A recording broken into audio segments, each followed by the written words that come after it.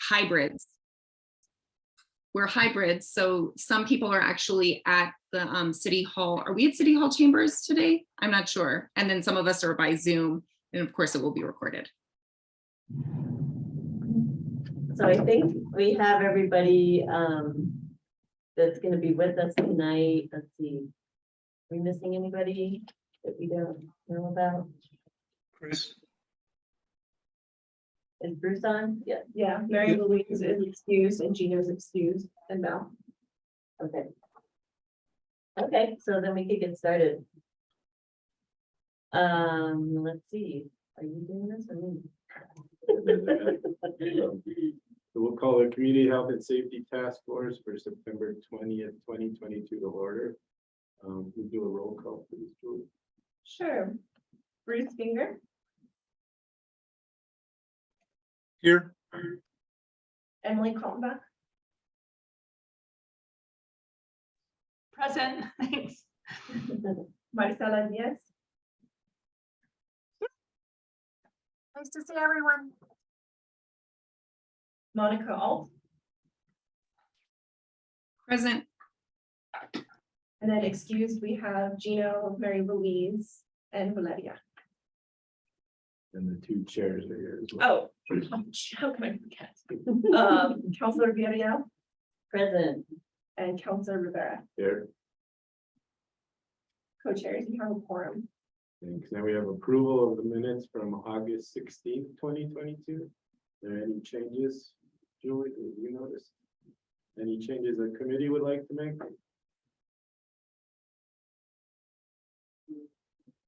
We have a motion for approval of the minutes. Move to approve the August 16th task force meeting minutes. Second. A motion and a second. Any further discussion? All those, well, I guess we have to do a roll call vote on that too.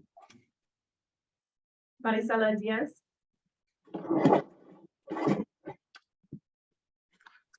Sorry, what's the question?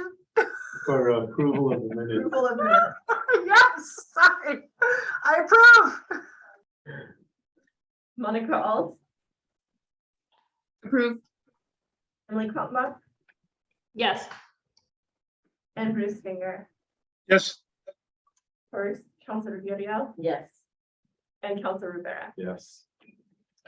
All right, thank you. Communications from the co-chairs. Renee, do you have any communication? Now just, we have a working group update that we'll share later on. No, I don't think I have today. Okay, I don't have anything. Do you want to say anything, Julie? Yeah, so the first thing I'll say is our UNM contract is approved and signed as of this morning. Yay. So that is fantastic. So we can start the work like as soon as possible. And it sounds like there's already been some meetings to develop the survey. So anything that I can be of any way I can be of an assistance on that process, let me know. Great. And then did you want to talk about the resolution or do we want to wait? Which aspect? The terms, like, Yeah, I don't know. Well, so all of you know that because it's taken so long for us to get the contract approved with UNM, that's delayed our process of work time and our timeline in general. And so our work is supposed to be completed by the end of this year. And that also includes your membership terms. And so we are gonna have to extend that time period. We're gonna say next year by June 2023, just like as a placeholder. I think by then we can get things completed. Fingers crossed, but we have to do that formality and we'll introduce that in October. You just said that, October. But simultaneously, we also have to give our quarterly update. So we will be introducing that extension to do the work, but also be giving a presentation, our quarterly update again. So that's why it's important to get Valeria the information and, you know, be able to populate some of the things that have been accomplished in the last few months. And so I hope that, I don't think everyone needs to jump in that document, but if you want to make sure that some things are added to it, please let Valeria know. That means like, if you don't want to get into the Google Doc and mess with that, then I think you should just let Valeria know that we make sure to add certain things of benchmarks that we've reached.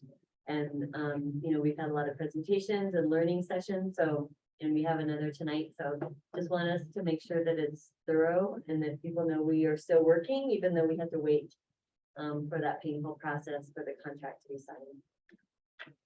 Anything else? Any questions on that process? All right, Monica, do you want to introduce our guests? Absolutely. Thank you so much. So welcome our two guests. I'll start off that the Fines and Fees Justice Center, we work with Vera in a variety of different capacities.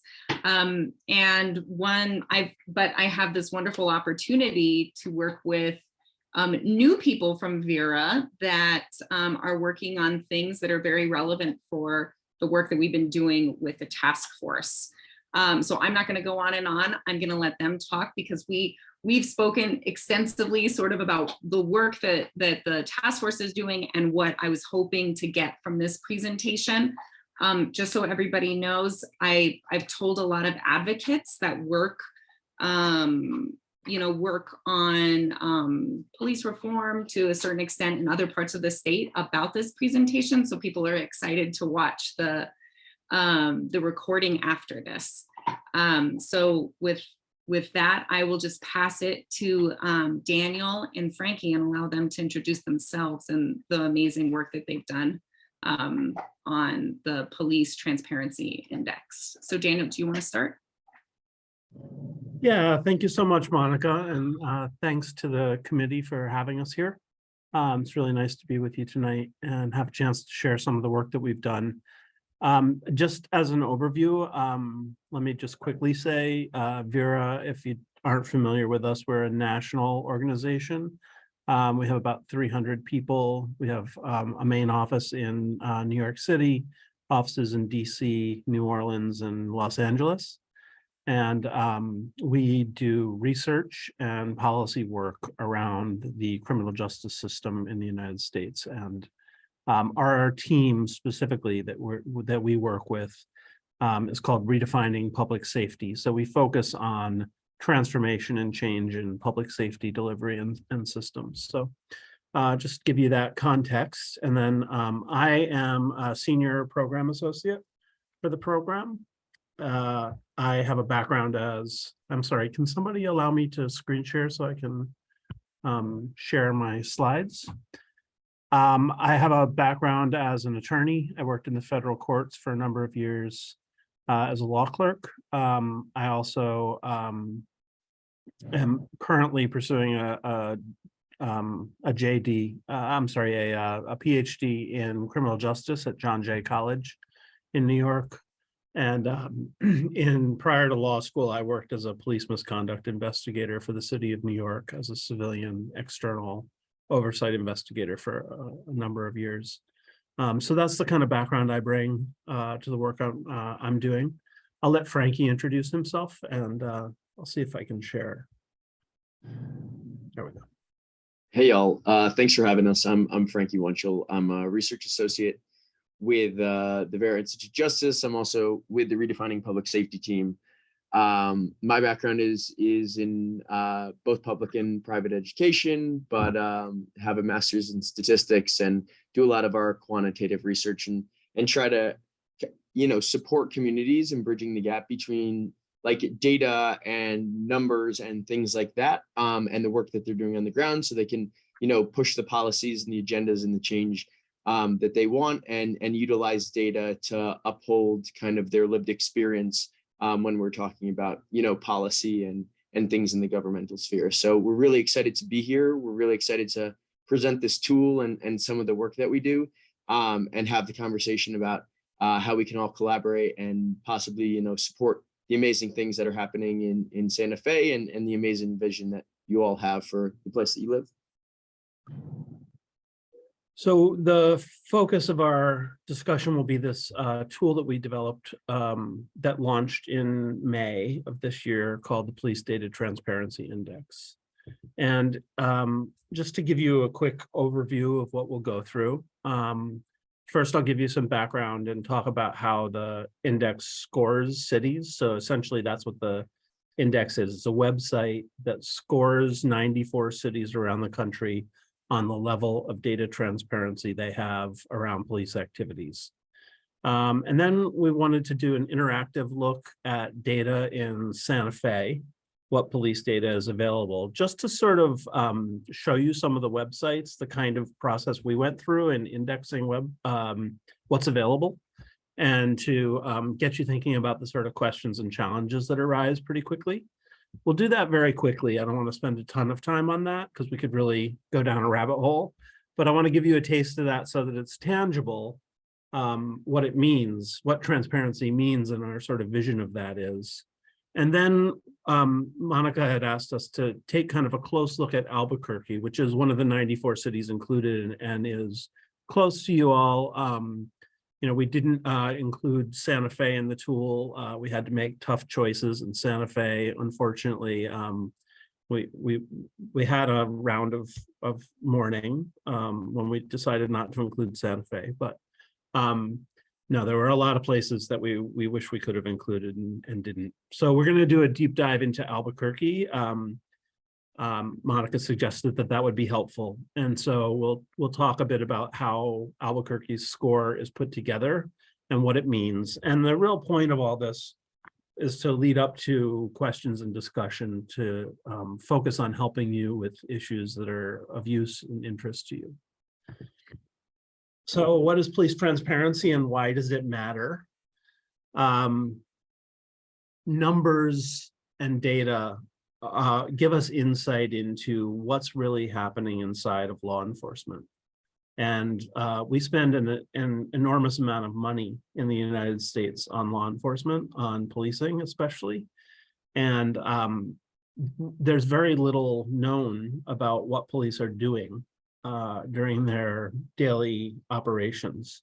But some of the numbers that we do have are pretty striking and show that there are serious concerns and issues, right? So people are familiar, I think, with the number of fatal shootings, but we've learned over the last 10 years that about 3 people are fatally shot by police every day.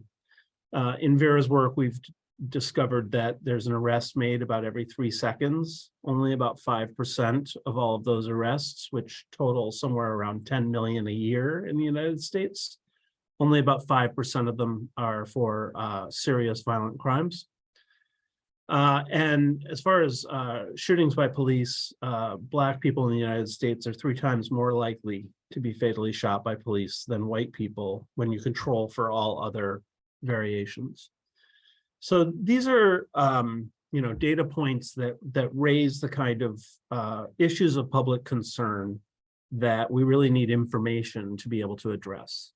And so understanding what the real landscape of public safety is the beginning of being able to talk about how can we stop doing policing in an excessive manner where it is excessive. How can we center racial justice? How can we have the police be accountable to the communities that they police? Communities need to know what police are out there doing, where, when, to whom they're doing it. And a lot of those decisions are made within police departments based on information that police departments have access to internally. And that information, when it's not shared with the public, doesn't permit the kind of democratic process that would allow for community input into how communities are policed. And that should be part of the democratic process. That's Vera's vision of transparency that motivated building this tool. And sort of thinking too, a lot of data, departments have been releasing data a lot more in the last 10 years with the sort of big data movement. And anecdotally, you hear a lot of police departments being frustrated that people aren't really using it. And so we were kind of wanting to connect with communities to understand what would make data useful to them. So what the website, this is on the left-hand side, you see a screenshot that just shows, essentially, it's an index. It shows a list of, it comes up in alphabetical order when you first go there. There's the first column with the 46 next to Albuquerque is the score for the city of Albuquerque. And then there are, and I apologize for the text being small, but we'll dive into this and you'll see it all later. There are 10 different kinds of data in each city that we looked for to see to what extent it was available and scored it also. So there's sub-scores that all build into a city score. The scores are out of 100. We wanted that as a clear measure that people could understand, that equates to, what we're used to from grading. It's an easy metric that people can get their heads around very quickly and clearly. It also, we wanted to be able to get a sense of nationally what's happening, so this tool includes cities that account for 1/4 of the US population. Essentially, we started with the 50 largest cities in the United States. Then there are a number of states that don't have a city that large. And so we went and found the largest city in each of those states. And then we included all of the members of all of the cities that have a police department that's a member of the Major City Chiefs Association, which is a large police organization. And we also added some locations where we interviewed community members and partners to try to understand what's important to communities so that we could align this tool with community needs. And we used 3 sources to build this up, right? So we started where a lot of organizations like Vera have done work in this area by looking at and thinking about what are the best practices for making data available. This is kind of a little bit of a technocratic framework. It's often geared toward providing technical assistance to police departments to help them develop better computer systems. And that was, we wanted to be aware of and know that realm, and that's sort of, our professional pocket, right? That's where we live, is in the sort of world of understanding how data works. But we also wanted to understand what kind of statutes and legal mandates, and that means things like DOJ consent decrees. What kind of data are those legal mandates forcing locations to produce? Because there often are statutes when there's a problem, like racial profiling and police stops is a frequent one, where a number of states have passed laws requiring that kind of data be made public or be collected. And so we looked at those legal mandates as well. And then we also connected with, as I said, community members around the country. We picked 10 locations, very different kinds of cities and counties. We talked to people from community organizations that work in the criminal justice space, either providing direct services to people who are impacted by the system or doing advocacy work around criminal justice issues. And those community members really ranged a very wide ideological spectrum. So we connected with organizations that work hand in hand with the police on fighting recidivism and doing focused deterrence against crime. We also interviewed people who are, activists on the more radical and left end of the spectrum. We interviewed a lot of people who provide direct services to immigrants or people who are trying to reintegrate after a stay of incarceration. So what did they tell us? Main concerns that we took away from these conversations were that people really wanted to know about police misconduct complaints. They really wanted to understand the scope of police misconduct and what happens, what comes out of police misconduct complaints. That was a concern that we just heard pervasively throughout our conversations with the community. And the other really front of mind concerns were use of force, and we treated them separately, shootings by police. Those are, of course, a type of use of force, but we treated them separately because they're so important and critical for relationships between communities and their police, and also because they're frequently tracked separately from other uses of force. Other concerns that were really important, people wanted to know about arrests, how many arrests are being made for what, when people are arrested, how can I know that happened? People really wanted information about stops, both car stops and pedestrian stops. And in part, this was when they had a perception that there were sweeps going on. They wanted to be able to have information about that, to know how often. And they also really wanted demographic information about, the race of people being stopped or the ethnicity of people being stopped, so they could understand whether or not their perception that there were disparities or that the police were targeting certain groups. They wanted to know, does the data support that, or does it show that? Can we see what's happening? Things that were not sort of front of our mind from our review of best practices were things like contact information. A lot of community members raised this to us, that they wanted to be able to reach out, not to the main desk at the department or not through 911, but they wanted to be able to contact like the commander of the unit that they were having issues with, or that they thought could help them with community issues. So they wanted to be able to reach out for informal problem solving through email, through phone. So we developed a sliding scale to measure the availability of police contact info. People also told us they wanted to know what the police department's policies were and how officers were being trained. And so we looked for those things. And then people also talked a lot, not just about what kind of data they could find, but how they would be able to access it or use it. So that, as I said, they wanted to know about race. They wanted that kind of information to be conveyed in the data. They also wanted help understanding, what does this data set mean? And when we look at examples from Santa Fe, you'll see pretty quickly, when we look at some of this data, ask yourself, what does this mean? Do I know how to read this? Do I know how to interpret this? So they wanted guidelines. They wanted a dictionary or a glossary that would explain what they were seeing.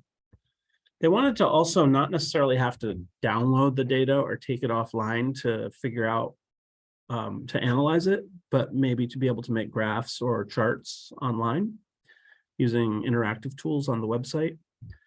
And they also really wanted up-to-date data, but they also wanted to be able to see trends over time. So I'm going to pass it off to Frankie for the next few slides. Thanks, Dan.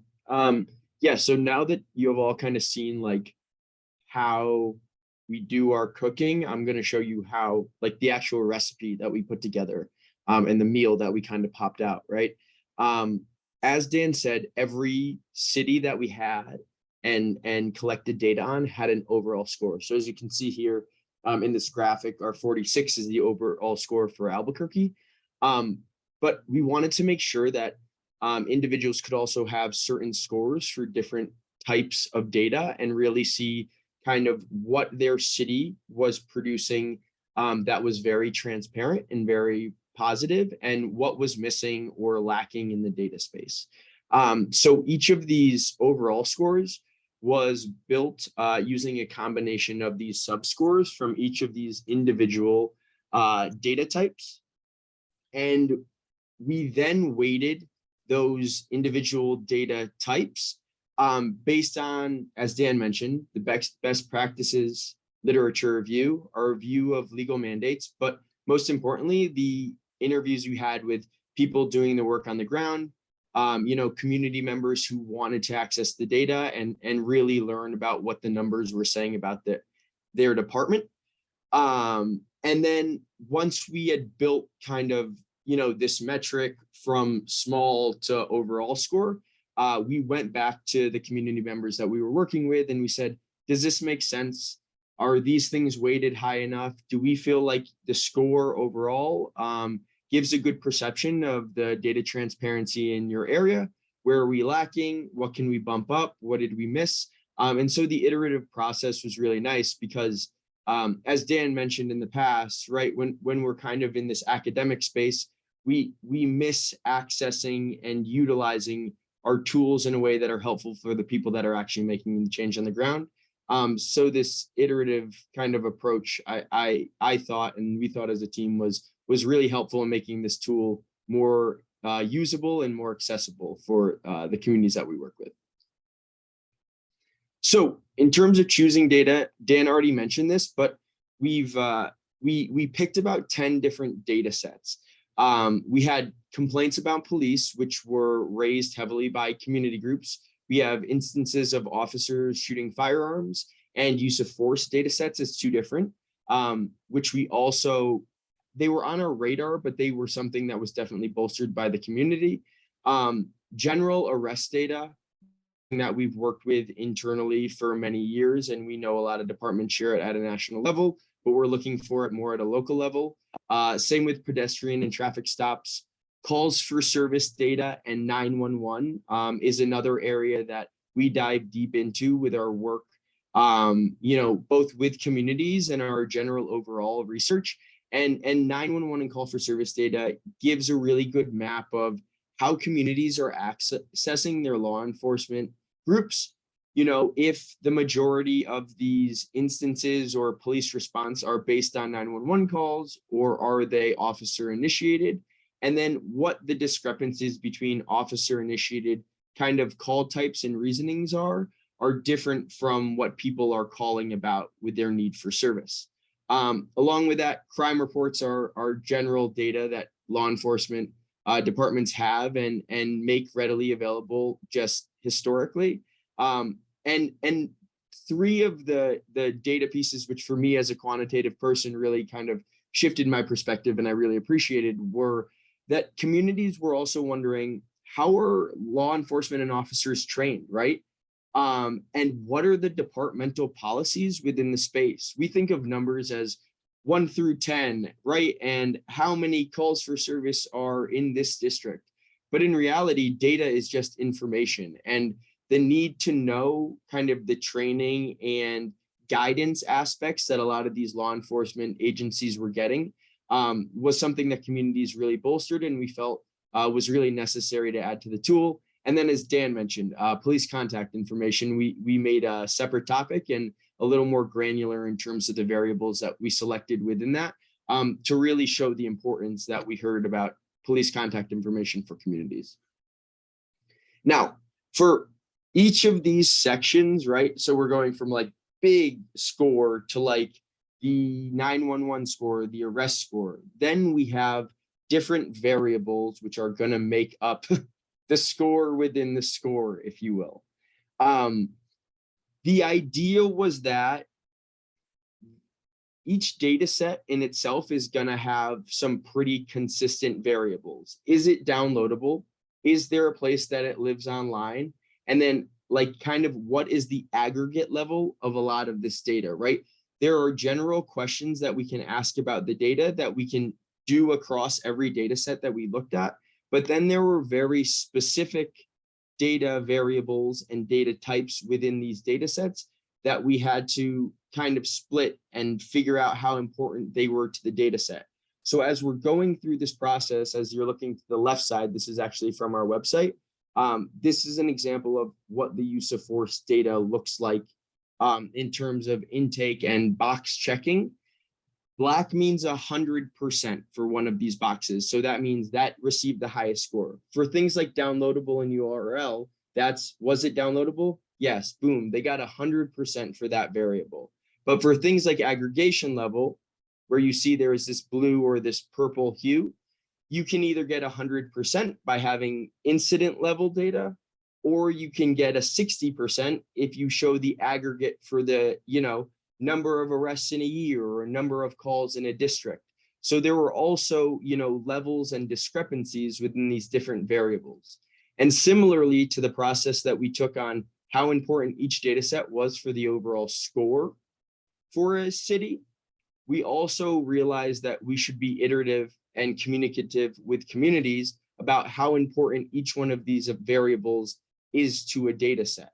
So these specific variables are weighted differently based on the importance that we got from the literature review, right?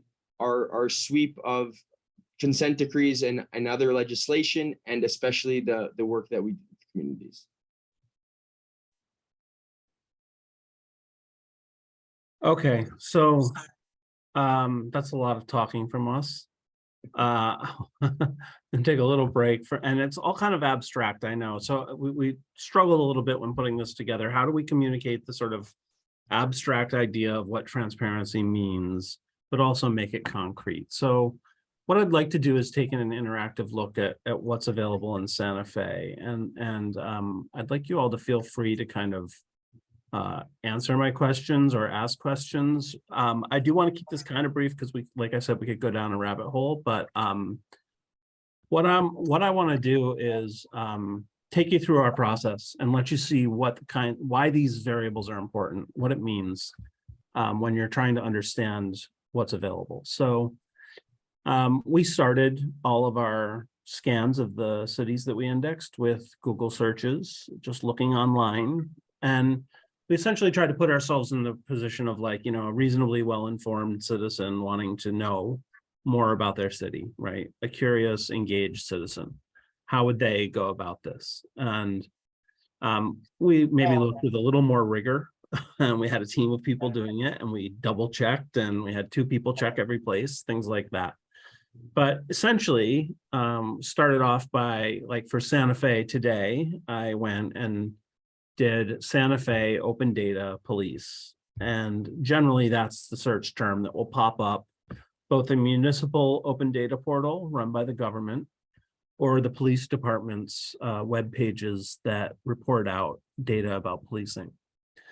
And then also, just to get more specific, I looked at use of force. So I want to pop these open and I'll show you what these results look like. And so I probably need to reshare, right? To share my web results. So here's my browser. So you can see that, and I don't know, can you see what's on the screen? Is it clear? Yes. Okay. So the first result, so first off, we're only looking for official data that's released by government, right? So, and we want, our vision of transparency is that government should be proactively releasing information to the citizenry or the residents of the city. And so if people had to file open data requests or some, private entity or nonprofit sort of went through a process of wresting data out of the hands of the city to find out about policing, we didn't index that data because it wasn't made publicly available in a transparent way by the government. So there is this download GIS data. Sometimes these GIS, it stands for Geographical Information Systems. Sometimes these websites have a lot of information. So started off by clicking on that, and here's the result. Oops. So, okay, so there's nothing there.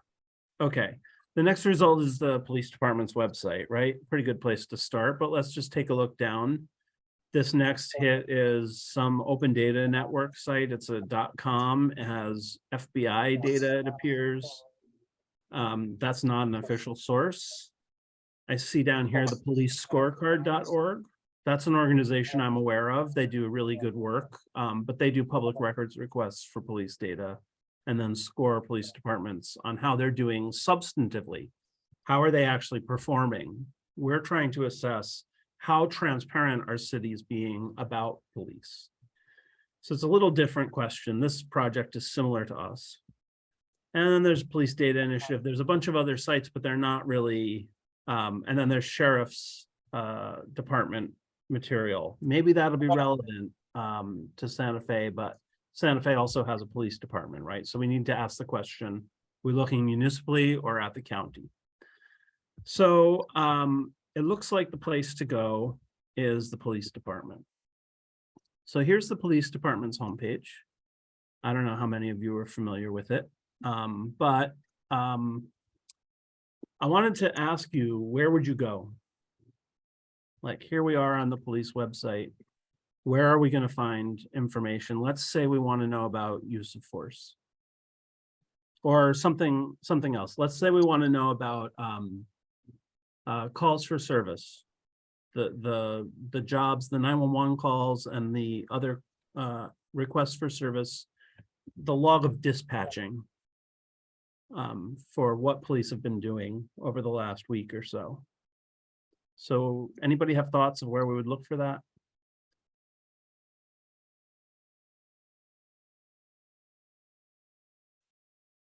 So I'm gonna Maybe online reporting.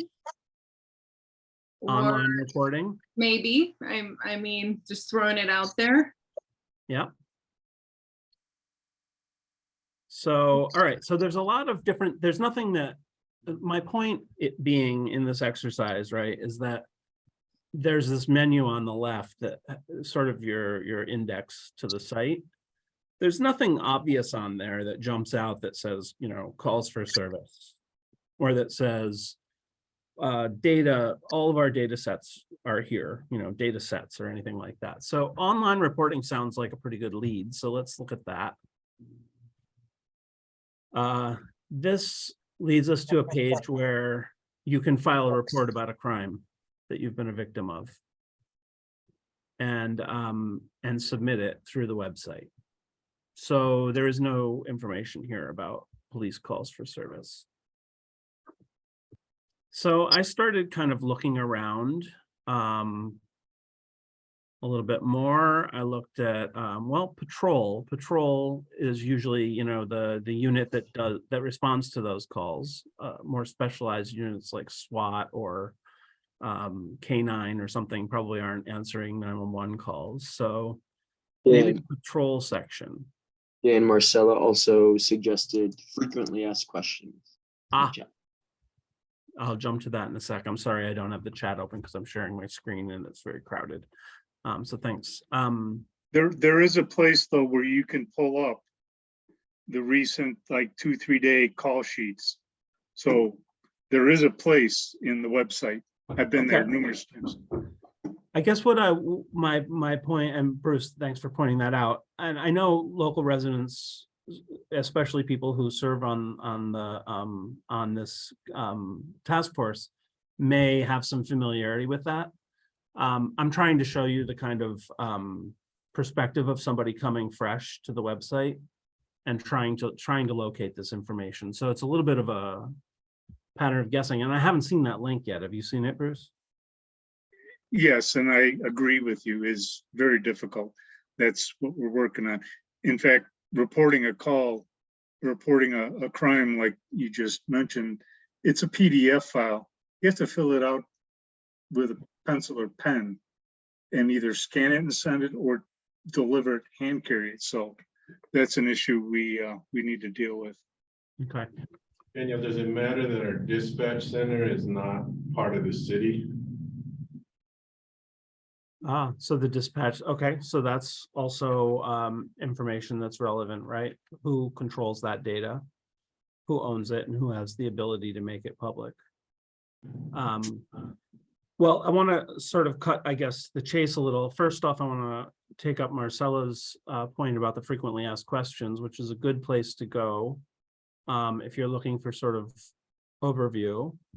This shows you basic information about the department, how to go, where to go to get a police report or records. This is like if you have a traffic accident or have been arrested and you need your arrest report, things like that. And it shows you where you can file a request from the records section. So that's very different from the kind of data about whole categories of activity that we're interested in. And there's sort of the price. You can see, you know, can get kind of high if you're getting large amounts of data. And there's really nothing here that points to where you would find calls for service. So I'm going to jump to where I found it. So special operations, is it? No, maybe I'm not going to remember where I found it. It's police resources. There we go. Police resources. Under police resources, there are a number of links to external agencies, judicial resources, things like that. But if you look on the side, there's also a link to something called hot sheets. Only on the left, it doesn't appear in the main part of the screen. Now, I'm showing you how difficult it can be to locate where this data is. We didn't score cities lower for how difficult it was to get to the data set. We just didn't score them on the data set if we couldn't find it after diligent efforts. But then also, if we did find it, we didn't really have a way of calculating in the amount of effort that had to go into finding it. So it turns out that these hot sheets are what we're after. I had no idea that they would be called hot sheets. This is what happens when you go to the hot sheet page. So I guess we're clicking on one of these links, and then this is going to open up PDF. Oh, or be not found. Most of these are going to open PDFs. And then there's a PDF here. And this is a basic event listing. And just add a little anecdote here. We just recently, we launched a new website, and there's all these bugs that we found, not just in PD, but across the board. It was launched this week. So that's why I think they're not found, and I hope we can correct them. But the fact that you're pointing that out is helpful for us, so we can let them know. Yeah.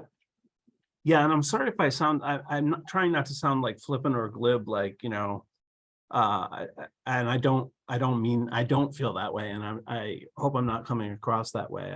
I No, understand. you're not. I just wanted to add that situation that happened. Yeah, no, that's important. So this is really interesting, right? It's a 15-page PDF that shows a basic event listing. And this is showing, it looks like every call, and it gives the range. It's like over a day, 24-hour period. It's showing the unit and the employee, the officer who responded, the nature of the call, where it was, time and date. And as we scroll through this, there's also a second section called short event listing. And I did just very quickly tried to sort of see if these were connected somehow to each other. I'm not really sure what the difference is or why they're different. And so this gives a disposition code. It looks like that's a disposition code, like how the job turned out. The number of the unit that responded. It's mostly the same information. I'm not really sure how they differ or why. And then there's a third section called case number log only that again appears to repeat roughly the same information. It's not clear how they're connected. And so this, I show you this by way of making tangible what it means to give a grade to whether or not there's a code book, right? Whether or not there's some kind of glossary or guidance. So if the data is there and I have no idea what it's saying, then that I think is a problem for the transparency of the data. So it's there, but it's not accessible to understanding. So maybe we'll end that exercise there unless folks have questions about that. One thing, Daniel, is that, and you knew that this was going to come from me, and perhaps this is the best time to ask it. And of course we can wait till the end, but for all of my colleagues here, one of the reasons why I thought it would be good for these experts to come and talk about this is to give us some advice, because essentially this is what we're doing. We're looking at how to make things better, more transparent, more accessible to the public. And the question is, because Santa Fe wasn't included, and maybe that's a good thing, right? That Santa Fe wasn't included because we're doing okay. I'll go with that. Is how can a group like ours, or how could the city take your methodology and sort of apply it, right? And how can we make recommendations to say, well, this is what they did. We can take a little piece of it, because of course I'm not a researcher, but how can we do that and apply it to this context? So I want to ask you all what sort of you suggest, and maybe we wait till later, but I sort of want all of us to be thinking about that, is that how do we use this here to make things better?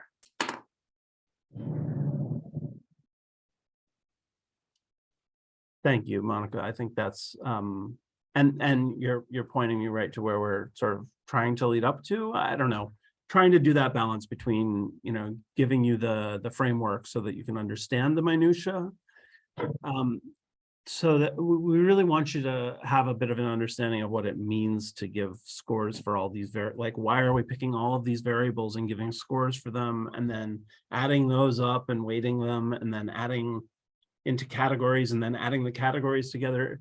It's because we need a way to assess this crazy landscape that we encounter, where we go to Santa Fe and we see a website that looks one way, data that's in certain places. We go to, every city is different, and there are over 18,000 police departments in the United States. There's also a number of places in those same municipalities and locations where data lives that isn't the police department, that's about policing. And so we encountered such a irregular landscape when we started looking at what's out there, that we really wanted to have this framework that would be able to be adaptable enough to sort of comprehend all of that. I want to say impartial response, and hopefully we can, you know, discuss this more as we go along. To your question though, that these sets of variables for each of the different kinds of data that we've been showing you, you know, these like black and white boxes with the little like characteristics of the data. If all of those are filled in fully, the city would receive 100. Right. And so for us, that would be like the gold standard of what we currently understand is possible. Now, I told you that the number of steps you have to take and how hard it is to actually find that data, we don't really have a way in our scoring system of including that. And that's a very tangible, real problem for users of these sites. So I don't want to say that that's ideal transparency if you score perfectly on our matrix. Like, I think if you score perfectly on our metric, that's definitely a great, like the highest score I think is in the 70s, or perhaps 80 or 81 might be the highest score. The lowest score is a 10. So almost none of the cities in the United States are receiving what would be a passing grade in a course.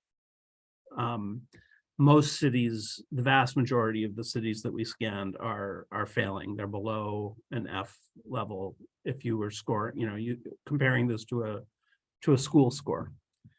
And so, you know, I think the low-hanging fruit for where to make improvement is to sort of take a look at, are we making something available in each of these categories?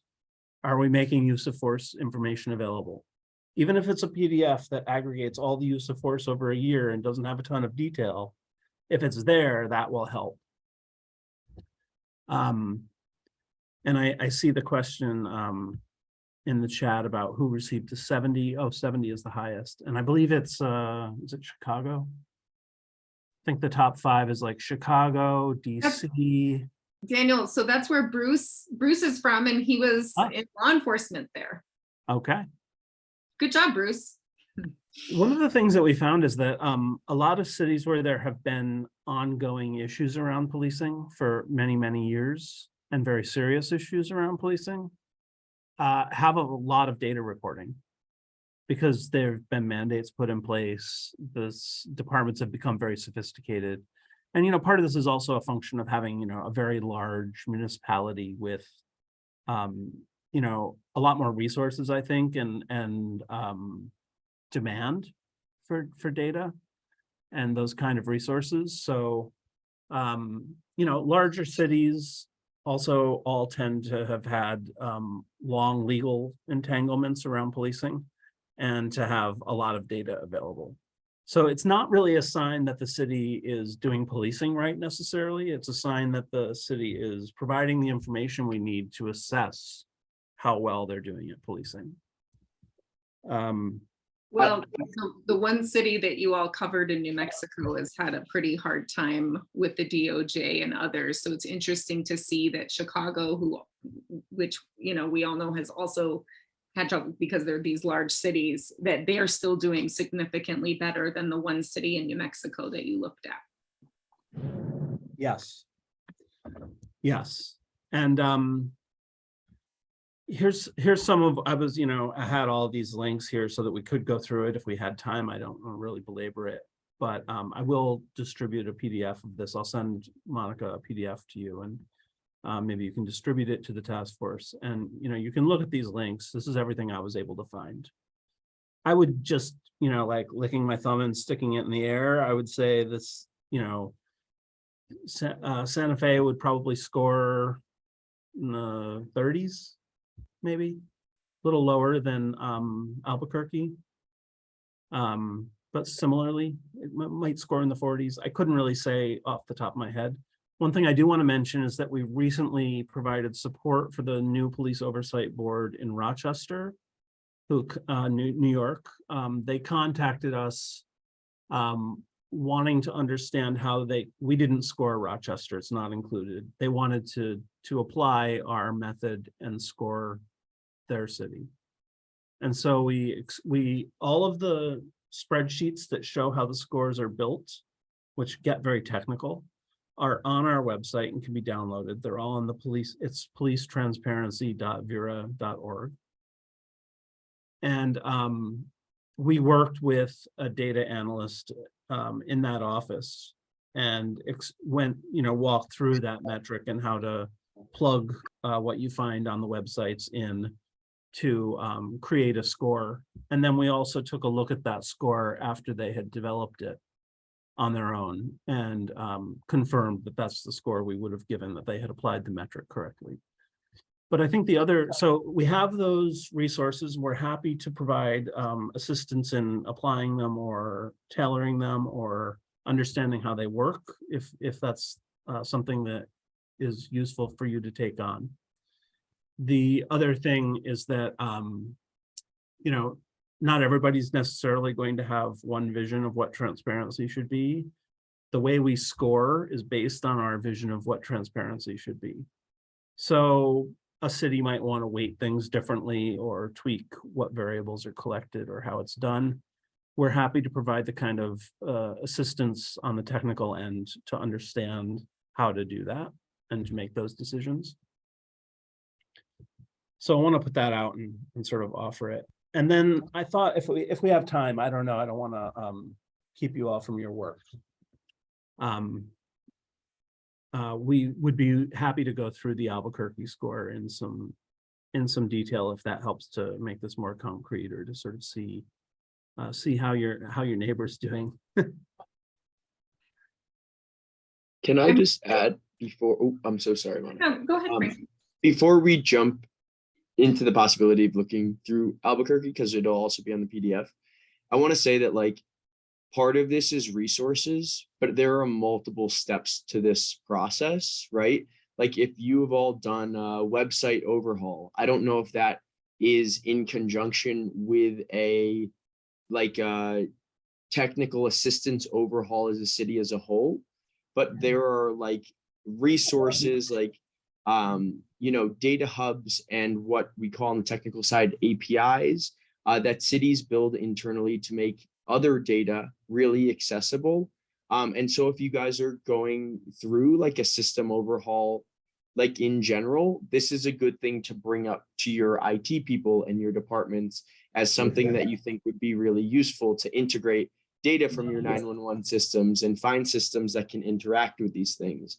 And even if that's not a possibility, as you'll see in Albuquerque, who doesn't have a true data hub or an API, there are steps that you can take to, bump your score up or make things transparent, even with a lack of technical resources. So I think that the PDTI should be thought of as a tool on a tiered scale, more than like an all or nothing approach to making data transparent, right? We rather have data in an aggregated form in a PDF that, Sue down the street can read and look at the graphs at this time than wait 2 years to get incident level stuff just because the score might be bumped by, 10 or 15 points.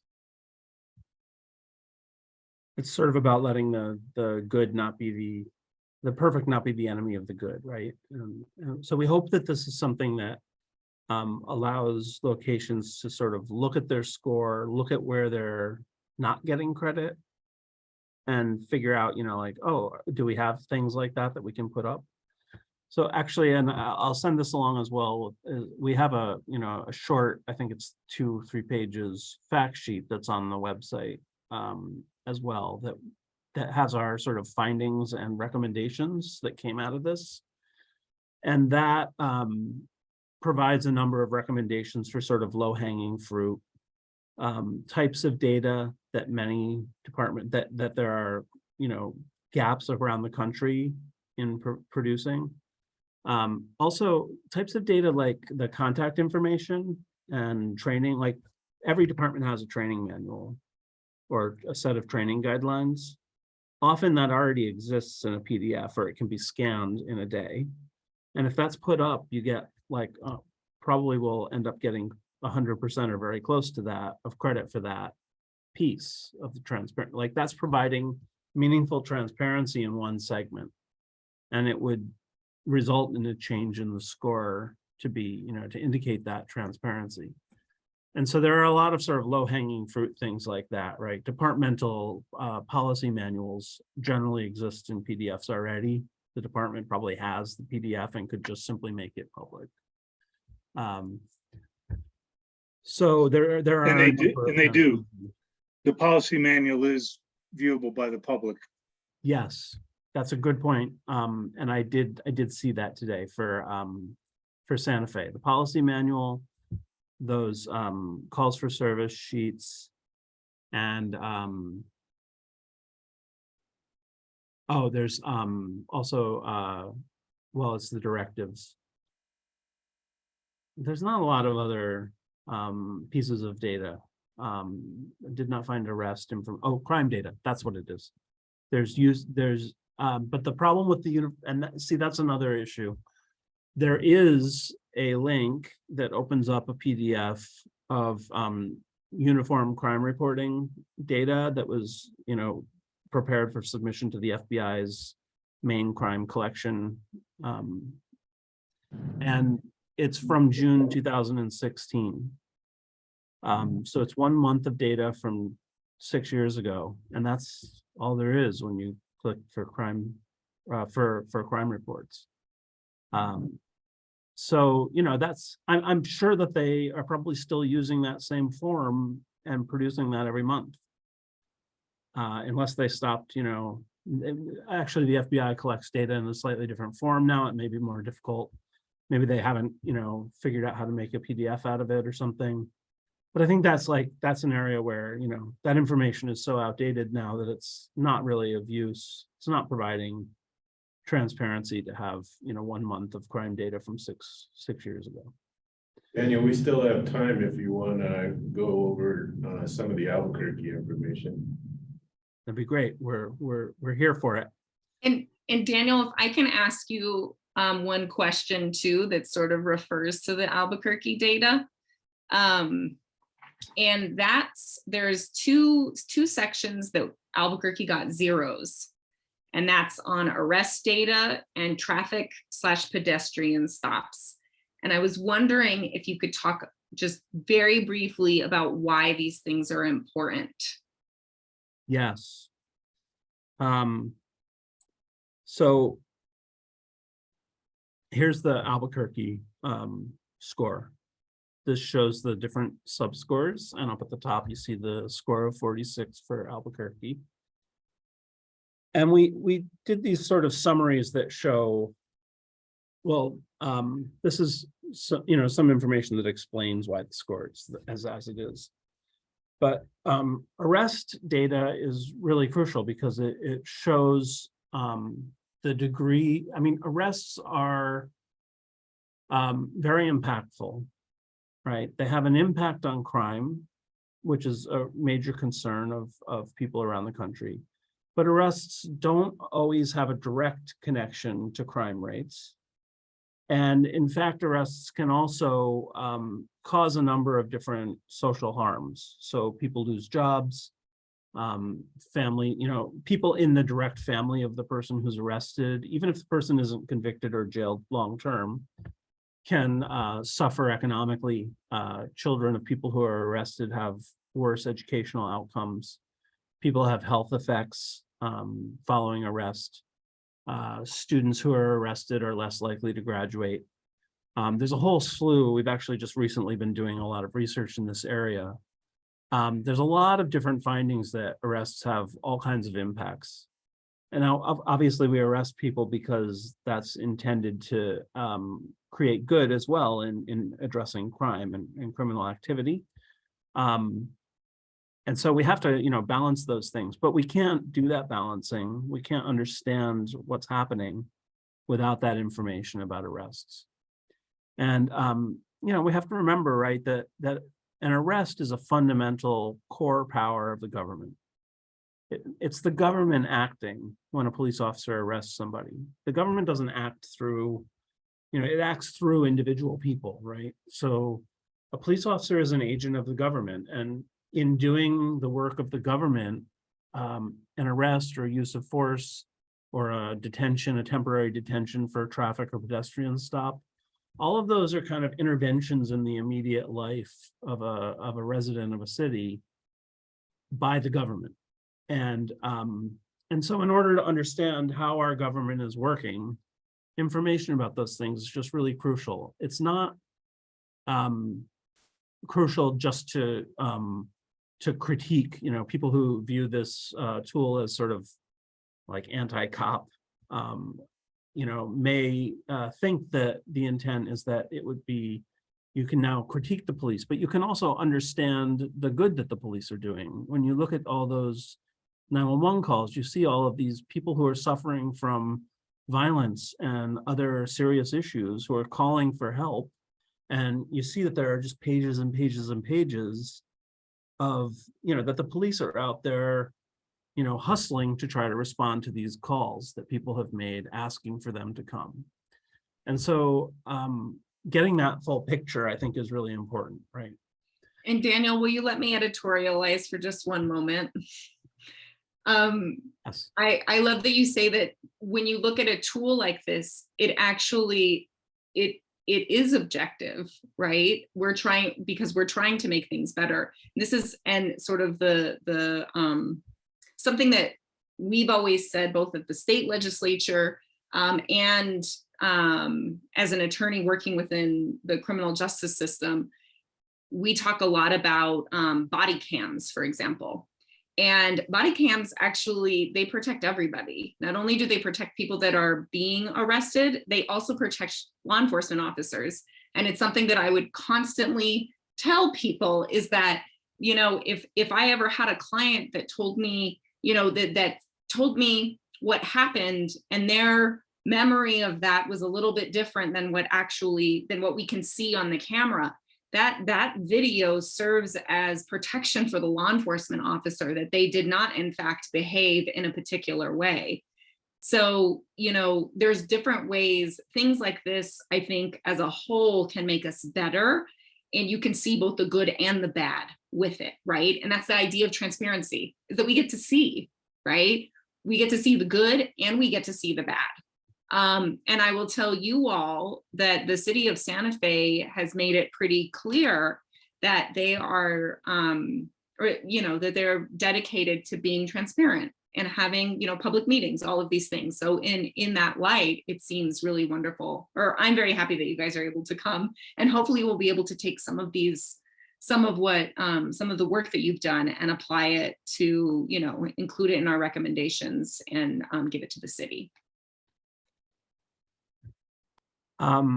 Frankie, I think I'm gonna hand it over to you to talk a little bit about the Albuquerque score, and we can dig in a bit and take it to conversation. Yeah, well, I'll also open the floor because I think we only have about 20 more minutes. I want to make sure that this is the direction that we want to go. If there's anything more we want to discuss in that time, just cognizant. I know we've chatted about this for a while and we haven't kind of opened the floor to you all. So I just want to kind of get a temperature check on that. I think we're good. I mean, I want to have a little bit of time. It seems like people feel comfortable just asking questions while you guys are talking, but we'll have a little bit of time at the end as well. So I think another 10 minutes seems great if everybody else is okay with that.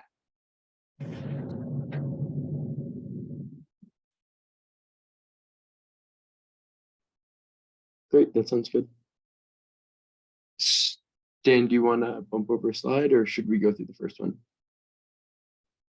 So Albuquerque received a score.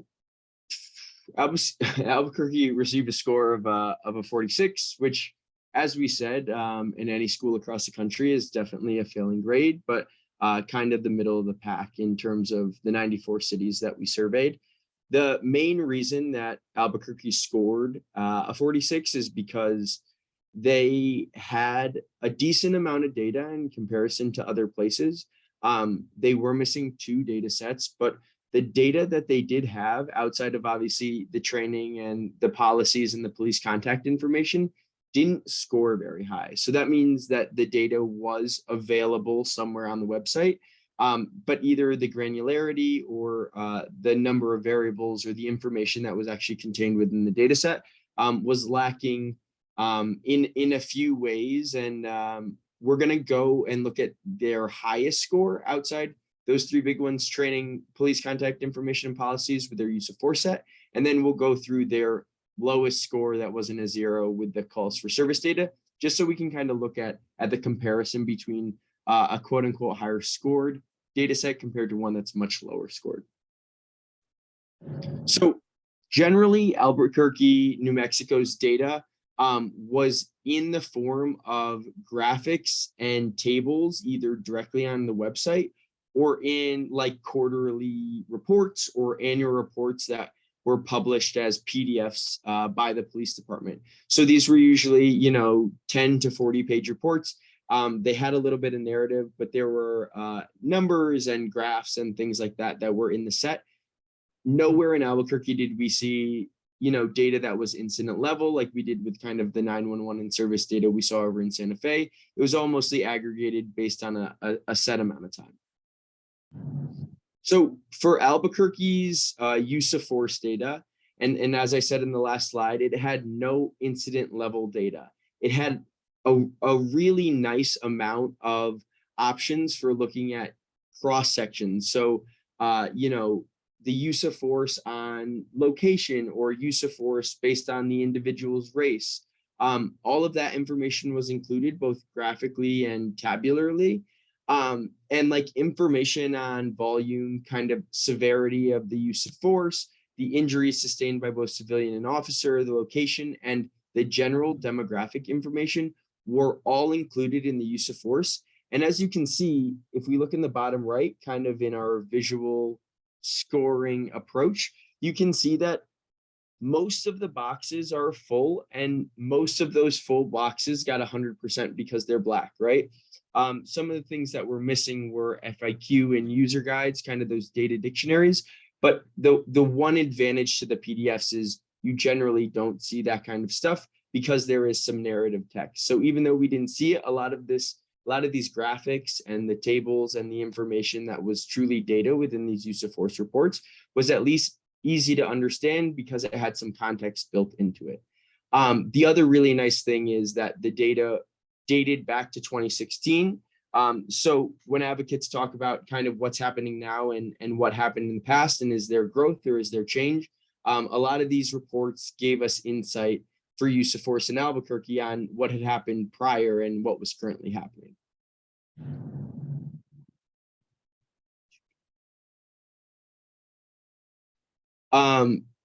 Similarly, like even though this wasn't the gold standard of a use of force or a data set. This is kind of what you were alluding to earlier, Monica, is like, what can you all do almost like as a first step or in legislation, right? Albuquerque doesn't have incident level data. It doesn't have a data hub. It doesn't have all of these kind of fancy bells and whistles like software, at least on a public facing front.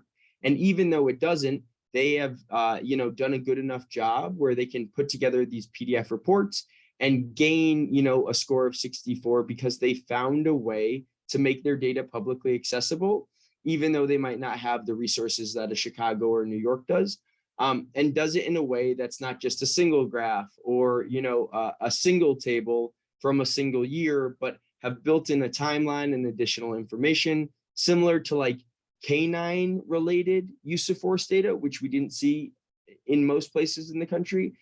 So there was some good attention to detail kind of in that use of force set that we saw in Albuquerque.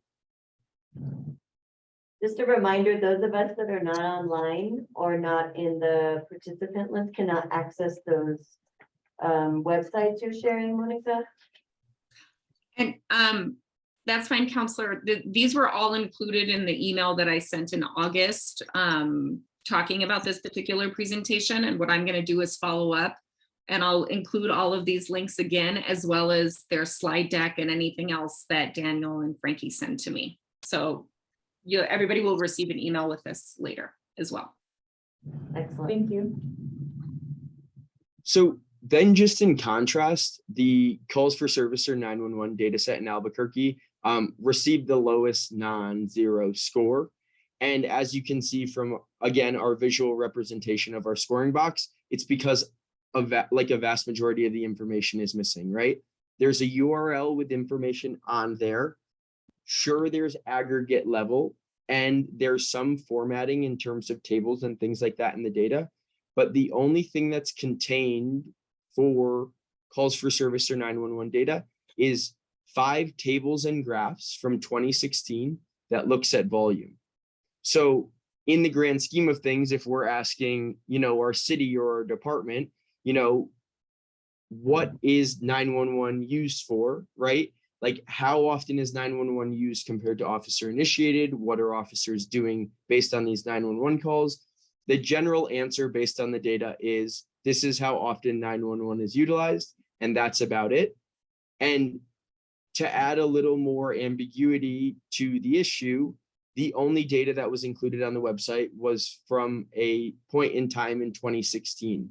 So we don't know the volume since 2016 of 911 calls. We don't know any of the locations. We don't know the call types. We don't know how many were dispatched. So the reason for this really low score is because even though technically there is information on calls for service or 911 data on the website, it's very minimal and doesn't give us much insight into any of the answers to the questions we would be asking generally with other 911 more robust 911 sets.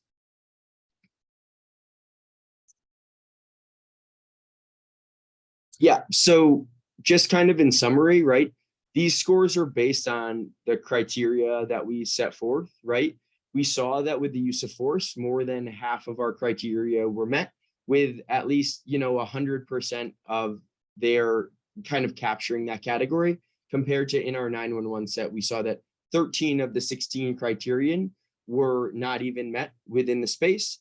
And for the information that was met, it wasn't very useful because it was out of date by about 6 years. The other thing that I'd like to raise is just as we think about the criterion that we built into this data, the more transparent we make the data, the more easily it is to figure out the true narrative of the information behind the data. When you only give a few graphics or tables or cross-sectional information, it's really hard to figure out what's actually going on outside of the perspective of the individuals making the graphs or the tables. So the more transparent a department is, obviously, the more information we have and the more ability we have to make our own judgments about what's going on with the department and within the department's data.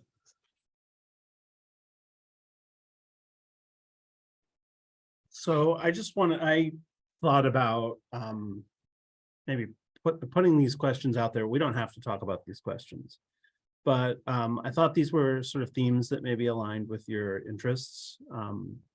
Transparency in Santa Fe and assessing it. I threw out some, sort of questions that we could discuss. Maybe you have interest or concerns about our vision of transparency and how we assign the scores. That's maybe a more technical topic that people maybe don't want to talk about. And then also the national landscape. I mean, we could open up the Police Transparency Index website and share it with you and show you some of the trends that we found around the country if you'd like to see that. So we could go in whatever direction you all would like to.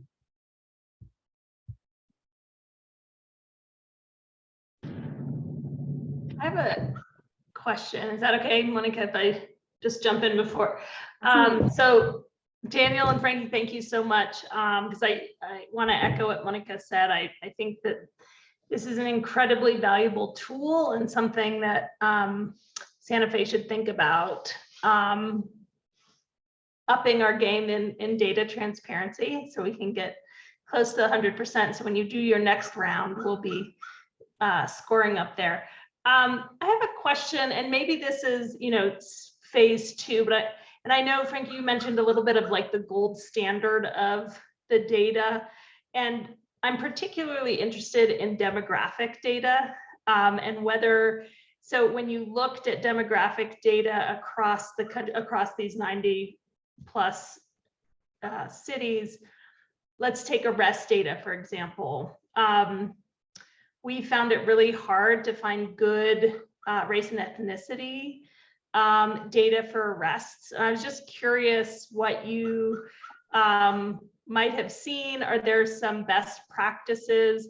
I'm particularly concerned about the lack of self-reporting. It's based on, the officer either looking at someone or their name or, and so, yeah, it's just a big open question and how we might be able to be better at collecting that type of data here.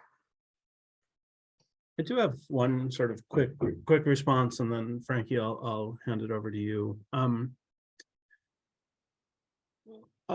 Some people prefer for police to record their perception of the person's ethnicity or race. And that, I think, stems from an attempt to understand police decision-making. And if you want to understand how police are making decisions, it's their perception of somebody's race or ethnicity that may or may not be influencing how they act in the situation. And so for people who are concerned about racial profiling, the trend has been to record perceived ethnicity or race. And that's happening in sort of the more current racial profiling reporting statutes and programs. The other thing is something that we heard from a number of community members. So we don't have a very uniform system in the United States for much of anything, really, but for race and ethnicity. And so what's an ethnicity and what's a race? And pulling those things apart can lead to some weird results. So in one city where we spoke with people in the community, we spoke with an immigrant rights person, somebody who works with the immigrant communities. And that person told us, I think that they're writing all of our people down as white, because the statistics in their city were showing that there were no Hispanic people being stopped. And it's because they were not recording ethnicity, they were recording race, and they were recording Hispanic people as white, but of Hispanic ethnicity. I don't know, maybe, if they encountered Cuban or Dominican folks who were, racially or skin color was black, but were of a Spanish ethnicity, they might have been recording it differently. I don't really know what the data integrity issue was there, but the concern was that this data might not be being collected accurately, or there might be an attempt to hide the impact on Latinx community members. So I just raised that as a response. And Frankie, did you want to add as well? Yeah, Dan, I think you said it far more eloquently than I, but I also think that granularity of this is what you demand as a community. And what I mean by that is some places have Hispanic lumped into a race variable. So it would be Black, white, Asian, Hispanic. And then we have other places where the community has demanded more transparency and accountability. I think like LA, that has a race category and then an ethnicity category. And because of the demographic of LA, they have, you know, Guam and, you know, all of these different nationalities as well captured in ethnicity. So I've seen the gamut of kind of this race ethnicity balance in terms of data collection. And I agree with Dan because a lot of the data work that we do is based on officer perception. But if there are aspects of this that you as a community feel is extremely important, there's no reason not to demand it within your data. And there's ways to do it, from building new variables to thinking about it as ethnicity versus nationality versus race. But in terms of building a data set, it's just adding a new kind of column to an Excel to oversimplify things. So I think thinking about what you all want as a community is the most important part of this, because you are all the ones that are going to be utilizing this data, even though it's not from you all's general source, you know? Thank you so much. That's really helpful, and appreciate that nuance about folks wanting the data based on officers' perception versus self-report. So that was really helpful to think about. Emily, on that front, when you collected that data, did it have race and ethnicity when you were collecting the data from the police department? That's a great question, Renee, because we didn't, while we taught, I'll look that up and put it in the chat or come back around.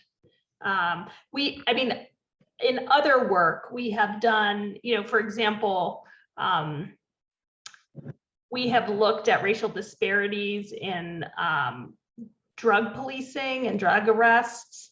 And we looked specifically in Albuquerque, and it was clear that, you know, we were not collecting adequate data, even though there were places on the police report and the arrest report. So that's sort of where it's coming. It's less about Santa Fe and more around Bernalillo County.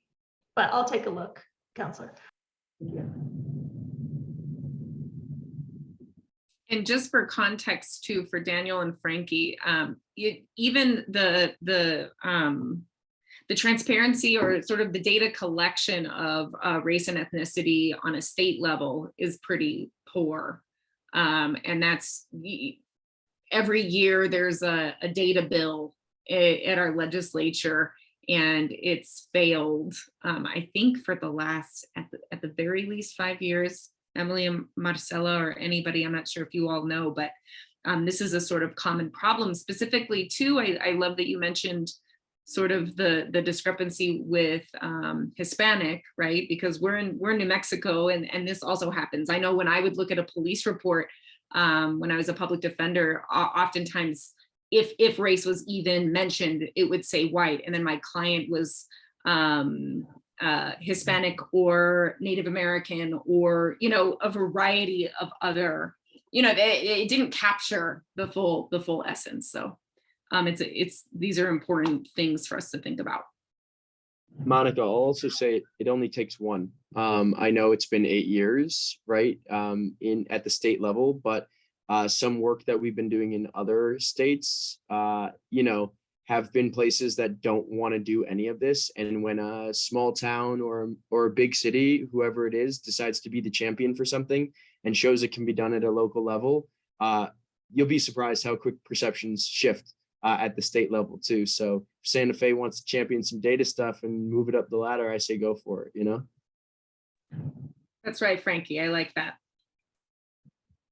And Monica, I think you also put this model statute that the policing project, which is a project that NYU Law School has put together. We reference that in the fact sheet that I'll send around about the Police Transparency Index. You know, I think it's very close to the kind of vision of transparency that this tool is holding out to the world. And those statutes can also, sometimes they define the categories that need to be collected. So so it's worth thinking through, and especially I would say in consultation with the people who are experiencing contact with law enforcement, that, you know, in consultation with them, you know, what's the right phrasing? So some people don't like the term Hispanic. I know in New York, when I, you know, have worked in communities, people call themselves Spanish. But that's not usually used in any kind of official paperwork, but that's how people on the street talk. People use Latino or Latinx. People sometimes refer to themselves as Chicano, right? Like there's all these different sort of, I think, concerns around those kind of terms that need to be addressed. And I think understanding the sort of way of framing, because those are all manifestations of our of social reality, right? They're very important manifestations of our society, but those can vary from place to place. What's important in one location versus another might differ. And so I think really talking to people in the community to make sure that, you know, that they're feeling like it's accurate is really crucial.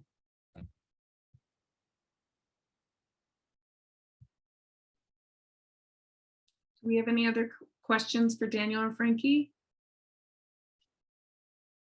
I have a question. Can you see me? Can you hear me? Can you see me? Yes. We see you. Okay. We hear you. Great. So, you know, this presentation, thank you both, Daniel and Frankie, for the information, and it's really exciting to see there's this tool out there and jurisdictions are using it. And I guess what's resonating for me is that we have working groups, and our working group that's really been trying to get data from the city just to answer certain questions to give us kind of a frame hasn't been there. And I don't think it's for lack of not wanting to give us, maybe there's some data that they're being more close guarded about, but I actually think it's part of it's a capacity issue. And actually having somebody assigned to gather the data, know how to put it in a place where it's understandable, you understand the coding, you understand the visuals, that it's actually looking at trends. It's not just this one point in time that doesn't have any relation to anything else. And so we were just kind of talking offhand that I don't think there's anyone actually in the police department that we know of, and maybe I'm wrong, that actually is assigned specifically to track data and be for the, you know, for multiple uses, not just for the public, but also for the police department to see like, hey, we're improving in this way. Hey, we're not actually improving this way. We need to do better. So I guess what I'm thinking is, instead of just saying we need to do this and the Santa Fe PD one should be part of this assessment as part of our recommendations, we should just, I don't know if this is part of the potential for you all to work with us, but that we would have a proactive assessment of transparency to help them. It's not just about our report and like what recommendations we're providing, but saying, hey, there's this resource. Can you all start doing this now so that we actually can say, hey, PD was part of this assessment, and we got assistance from Vera, and they made these recommendations to our PD, and this is what we're doing to fix them, so that we actually, like, they want to do it. They have a desire to do it for their own proactive way of improving. So I guess my question to you is, how do we then partner with you all, since we were part of the original study and we're kind of our own jurisdiction that wants to have support from Vera, is that like a contract with you all? Or is that something you all are providing with jurisdictions to help them improve their data resources? I would say, sometimes we use the term light touch, technical assistance. And I would say, just as an example, I mentioned that we had engaged with the Police Accountability Commission. I think that's the name of it. Police Accountability Board in Rochester, New York. I forget the exact name of the organization, but it's a new civilian oversight agency.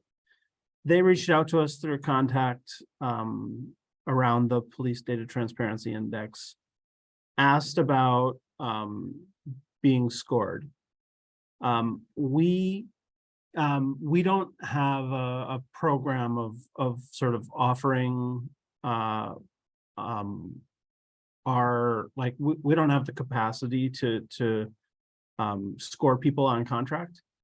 We do have the capacity to, if you have somebody who can work with us, whether it's a crime analyst in the police department with some data skills, or an administrative person, or an IT person who understands data sets in Excel pretty well.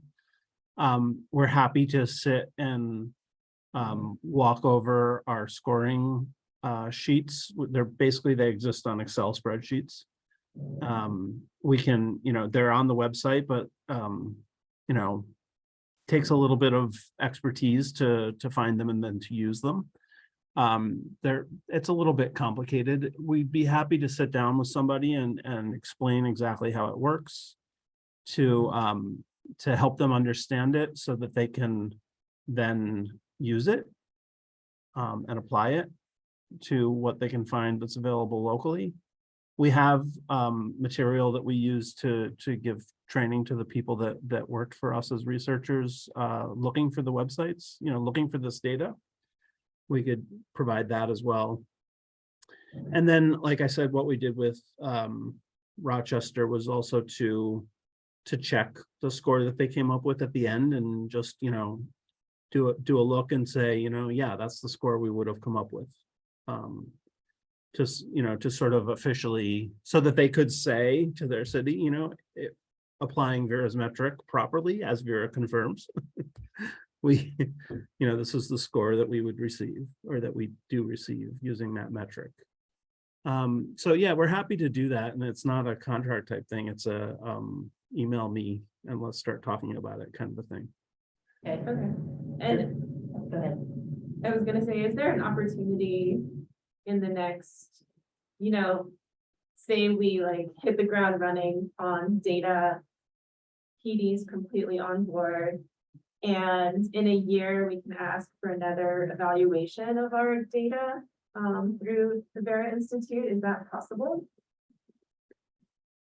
Again, I think it would be, I don't know where this will be in a year. We're still figuring out next steps for this product.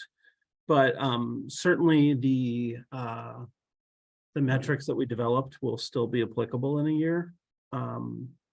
And we'd be happy, like I said, to work with local people to apply them. I don't know. I don't know that I can really speak to where we're going to take this work. I think that the next step is probably not going to be expanding to more locations. So, although I think that would be a lot of fun, because I'm kind of a nerd that way, I guess. This is fun to me, but it takes all kinds. So I don't think that we're going to be sort of widening the scope of the PDTI to cover more and more places. And part of the reason is because, ultimately you just can't cover every place, and it is a fairly intense uphill struggle. So it's probably not the best, it's probably not the place where we can drive change or drive improvement the most by sort of brute forcing transparency in that way. And Daniel, I told you, I prepared you all for this when we first spoke, that I thought that people were going to want to have you all come and evaluate their various departments as a way to, you know, push change. But I think there's a wonderful way we can still use this tool, like you said, with working with local folks, and how we can apply your metric to our particular circumstances, and maybe you can provide some sort of technical assistance. And I'm certainly more than willing to bother you all of the time, because I love so many of your colleagues. So Well, and just let me quickly add that it's not, you know, so Vera has a lot of different initiatives and projects going on. So, and as you're aware, Monica, and certainly some of them, you know, might be able to provide assistance that my particular project is maybe unable to. But also, so, you know, if you come and ask us for something and we can't do it, we'll let you know, but we're always happy to be in dialogue. The other thing, you know, as a big national organization that, you know, sort of can, like, we're joining you this one time, right? Like from New York, like in, you know, well, actually Frankie's on the West Coast, but so we're like, you know, sort of parachuting in, right? And we don't want to be an organization. We think that there's a problem with organizations parachuting in, saying we're the experts, we have all the solutions, and then leaving. And then the solution isn't local. It doesn't live locally. There's not a local network for it. So we're really happy to support and to help build local capacity. And we really want to find whatever ways we can to do that, so that people are not sort of dependent on us, but instead use tools that we provide to be able to develop local strength. That's a good point. Yeah, and that's what we want to. And the other question is, have you ever applied this to fire departments? No. Interesting. And I guess my question then is, do you think this could then be applicable to also assessing a fire department? Maybe different, I don't know. Are there different data sets? I don't know. I'm just trying to figure out, because there is data that we would also want to know how the fire department is responding as well. I mean, hearing you just mention, you know, different data sets, I think you're asking the questions that I'm immediately jumping to. I think the philosophy is applicable, the philosophy that public agencies should be accountable, you know, that local government should be accountable for making information about what they do transparent to the public. So the public can be informed and democratically participate in a way where they know what they're talking about. Certainly there are different kinds of activities that firefighters engage in. There's different kinds of issues of public concern that data would shed light on.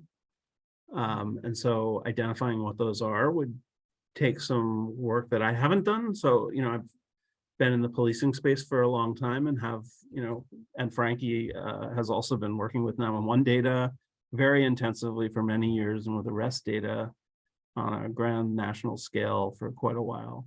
So, you know, I think it's very easy for us to speak to those kind of like what we expect to see in this area, even if we don't know a particular place, the kinds we know immediately how to try to orient ourselves. But I think, yeah, you could develop something very akin to this probably in any public administrative body's framework. I think the question is, and for us really key was, you know, consulting the people who are directly involved and have interests that are implicated in the work of that agency. Those are people who really should be asked what information helps you or doesn't. Right. Thank you. Thank you for that. Thank you both for your time this evening and joining us. It's 7:15 now. I don't know if there's a burning question that staff had or that members have on the task force before we go, because we have other agenda items. Thank you, folks. Thank you. I don't see anyone else. I don't know if you want to not share your screen so we can make sure we didn't miss anybody. And I didn't know who was still on. So I guess we don't have any hands raised or any more questions. So thank you so much for your time. And we look forward to following up with any potential ways we can collaborate or get technical assistance. So thank you. Thanks so much for Excellent. having us. Yeah, we really appreciate the opportunity to talk with you. Thank you. Take care. Right. Thank Thank you both.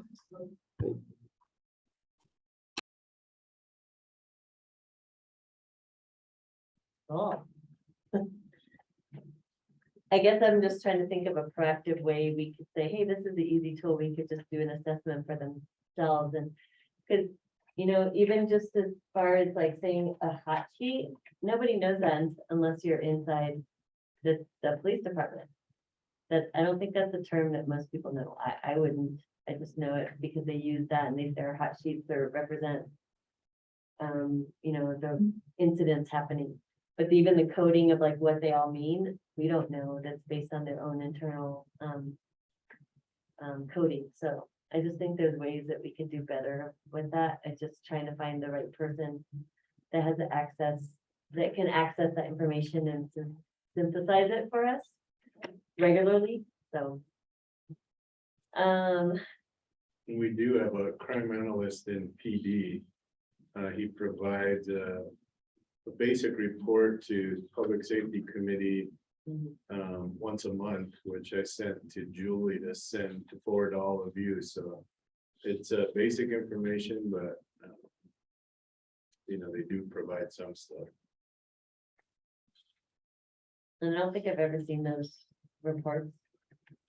I've lost them sometimes. But do we, have you all seen those? Have we been sent those? Have you been able to see those? Did you get it, Julie? Also, we should probably get those. I think we had talked about that a while ago, but I think it'd be good. And then if we get them, I don't know if we can interpret them. So it would be good to figure that out. Should we go into the next item? Maricela has her hand raised. Okay. Marcella, do you have a question or? Yeah, no, I just had a comment related to what you were saying, and I feel like transparency is great, but sometimes I think we get caught up in transparency for transparency's sake, and I feel like sometimes we have to kind of, the data is really interesting, and I think we should have access to it, but so if everything is available on the website and easily found, then what, right? And I think that the key is to figure out how to have an ongoing, making it useful to the public. You know, a yearly report and synthesis and interpretation of the report to say to the people, this is our city public peace / safety department. And this is where we're at. And so I think that transparency for transparency's sake in some circles is great. I'm always thinking, how does it translate to community engagement, good grassroots policy work? And I think that, yeah, just kind of stepping out a little bit and figuring that out, I think is key for this committee. So if we do make recommendations on this, I think we have to also be very specific about what we want the community to do with it. Otherwise, you know, it's great, Bruce, that you can go through the website and figure out where to find the hot sheets. But then what? You know, like how do we make that? Anyway, it was just a thought. I didn't want to mention it while we're with them because I'm sure they agree, but they weren't focused on helping us understand how to use or how to get the data. I actually said that it doesn't mean that you are doing a good job or that you're accessible to the public just because you have a good track or a score for their assessment. So I think that's very true. Should we go to working group update? Yeah. So our policies and practices working group met to try to go through the information we requested and what gaps are still there for the information we're still seeking. And we actually kind of synthesize that and we'll be able to send that to staff for clarification. It will also help us to also populate like things that we're still seeking. I don't know if you know, but the last presentation for update, we actually put those gaps and it kind of stirred the pot a little bit. So I'm hoping that that will help for us to get the information we need. They're just information and data points that I think would just help us to understand how to do things better. Or just so we know, like, hey, there's a gap here and this is not working. So how can we, what are the recommendations that we would provide for the department to make that more accessible or more understandable? I don't know, Bruce, do you want to say anything else? I do want to note that Annie is in our group and she's we didn't list her as excused. She's actually out of town. So, and Rathwin is an excused member that we overlooked at the beginning.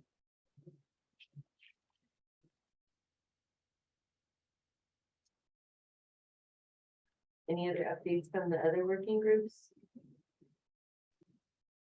No, go ahead, Marcel.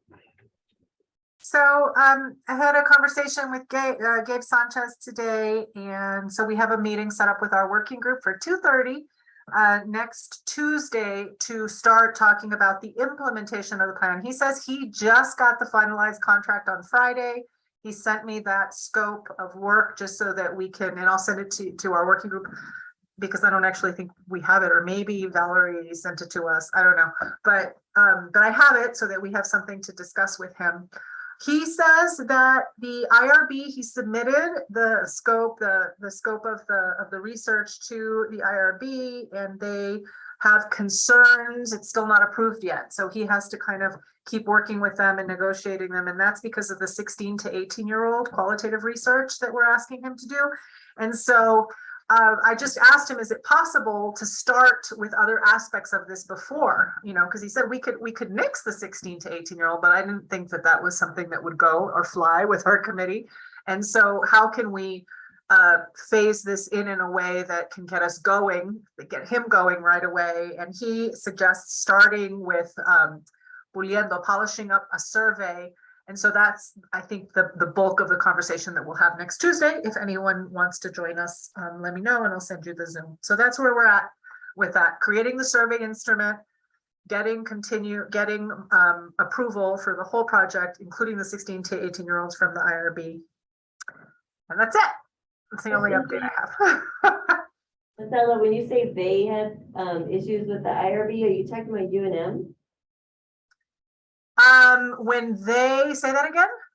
Said they, as in they had concerns about the IRB. Are you talking about No, the IRB has concerns about the qualitative work that he's going to do with, as per our request, with the 16 to 18-year-old group. Okay, but you're saying the IRB, there's an IRB board that approves working with people underage, and that's under the UNM kind of umbrella, correct? Well, they approve projects as a whole that are presented by their faculty, researchers, etc. And their concern, which is why it hasn't been approved yet, is the 16 to 18-year-old part, which he says he's going to continue to negotiate and work on with them.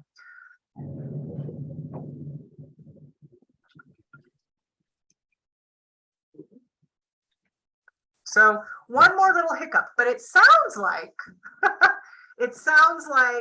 we might be able to start on some pieces of it. At least that's what I asked him to do. Is that possible to start on pieces that they don't have concerns about, but he'll check and see and get back to us. But starting to draft the survey instrument next Tuesday with our working group. And I'll send a copy of it. I'm glad someone's really excited about it. The copy of the contract to everybody too, so that everybody has a finalized signed copy of it. And also the counselors wanted a copy. I know, so Yeah. I just got it final. The city manager just signed it this morning, so. I'm extremely excited about starting to work on the survey instrument and getting this going. That's exciting. There's so many ideas for this to happen. So I think it's really cool. And I'm also excited to see how how Gabe works with this sort of stuff, like how we're going to collaboratively develop this and engage with our people, right? Because that's what we're here to do. So I'm excited. I'm definitely excited. Excited too. It's harder to be excited at 7:30 after a day that started at 5 this morning, but. Tell me about it. Anything else from working groups? I think we finished that. Matters from the task force. Bruce had put, he has something. Bruce? It was just a comment on one of the Santa Fe Police Department posts on Facebook. Did any of you read about the armed robbery at the Home Depot? Yeah. Right? So what I got out of that is when they were pursuing the subjects the first time, they had the ability to continue the chase, but chose not to because they thought it would be in the detriment of the the public that they would continue that chase because they knew who they were and they made that decision to come back another day. I think it's awesome. Yeah, I don't think that was publicized enough. So I mean, that could have went bad. It was right by, I think they said it was St. Francis and, pardon me, Serengo or that one street. Yeah, so that's where they broke off the chase. And if anybody knows that intersection, it's very busy. So I don't think they got enough credit for that action. So that's all I had. And then they caught him. So there you go. Bruce, you could always write an op-ed from your perspective as a law enforcement officer, actually celebrating when law enforcement is a very appropriately preserving the life of others in the community by not engaging in a chase. I'm not saying you have to, I'm just saying that's wonderful. Yeah. We the department I work for, we had a no pursuit policy, even on foot. You don't chase a trespasser out of a railroad yard because we trip and fall and crack your knee on a rail. What have you done? So with that said, yes, in fact, I'm still trying to figure out what op-ed means. So if you can clue me in on that. What does it mean? It's like an opinion editorial, right? So Okay, there you go. So it's your opinion, right? That then an editor will say, I like this, we're gonna publish it, right? And it's in your voice. I might think about doing that and just posting it as a reply to their story. So that's a good idea. Thank you, Monica. Anyone else? I have two things. Our next update to the council is October 12th. So we'll be explaining kind of how this is moving forward and then ways that we have to kind of take 2 steps forward and 3 steps back with the public engagement piece, but that we're moving forward with that. And I guess what I wanted to convey is like, I hope folks can join us for that meeting. We'll probably present around 5. The last time I know that folks weren't as able to attend, but I think we should start thinking about for December that we have some preliminary recommendations instead of just waiting for public engagement, that we actually have some things that we can recommend at the end of the year for the last meeting of our last presentation for the year, which would probably be in December. So just something to think about. And then the other thing is they've had a lot of different writers for the reporter, and I don't think they really know what we've been doing. And I think the last article about us wasn't very favorable, but I think it's because they haven't really even paid attention to any of our meetings. any of the amazing presentations that we've had and the topics that we've covered. They probably haven't listened to any of those. So I don't know if you could think of, and you can send me a message if there's a proactive way to like get them up to speed.